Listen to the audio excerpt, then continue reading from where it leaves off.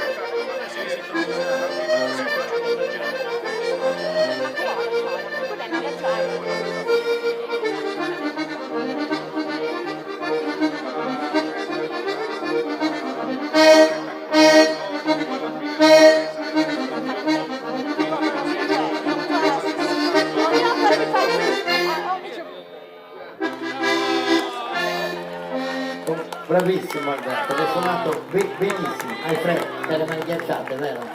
Complimenti, veramente veramente bravo. E lo facciamo un altro applauso forte ad Alberto, bravissimo. Alberto, devi farci sentire qualcos'altro?